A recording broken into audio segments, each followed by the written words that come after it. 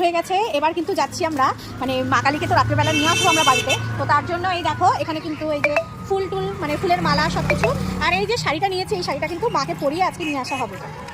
আর আমরা কিন্তু এখন চলে এসেছি কুমারটুলিতে। আর মাকে দেখো কি মিষ্টি লাগছে। এখানে হয়ে গেছে একটা ঘটনা, আমরা তো শাড়ি নিয়ে আসলাম, তো মামির ইচ্ছে ছিল যে শাড়ি পরিয়ে তারপরে মাকে নিয়ে যাবে।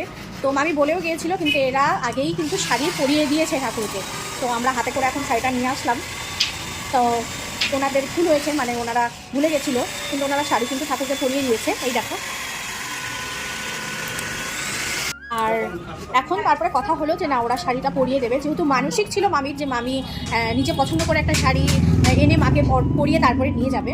তো এখন ওরা ভুল করেছে, তো তখন তারা বলল যে না, ওরা এখন কিন্তু শাড়িটা পরিয়ে দেবে।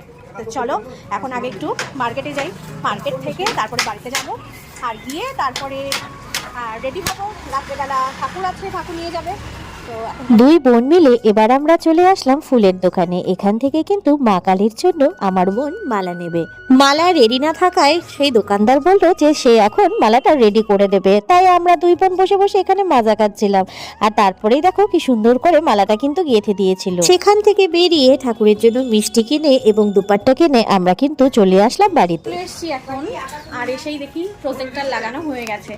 এই দেখো প্রজেক্টর লাগিয়ে রেখেছে। আমার হাজব্যান্ড এখনও আসেনি, এখনও রাস্তায় আছে, শিলিগুড়ি থেকে এখনও আসেনি। বিয়ের ক্যাসেট নিয়ে আসবে, তারপরে নাকি এখানে বিয়ের ক্যাসেট দেখবে সারা রাত্রি করে, মানে এক পাশে পুজো চলবে আর এক পাশে মানে সারা রাত্রি করে বিয়ের ক্যাসেট, বই, যা কিছু হোক সারা রাত্রি করে দেখবে।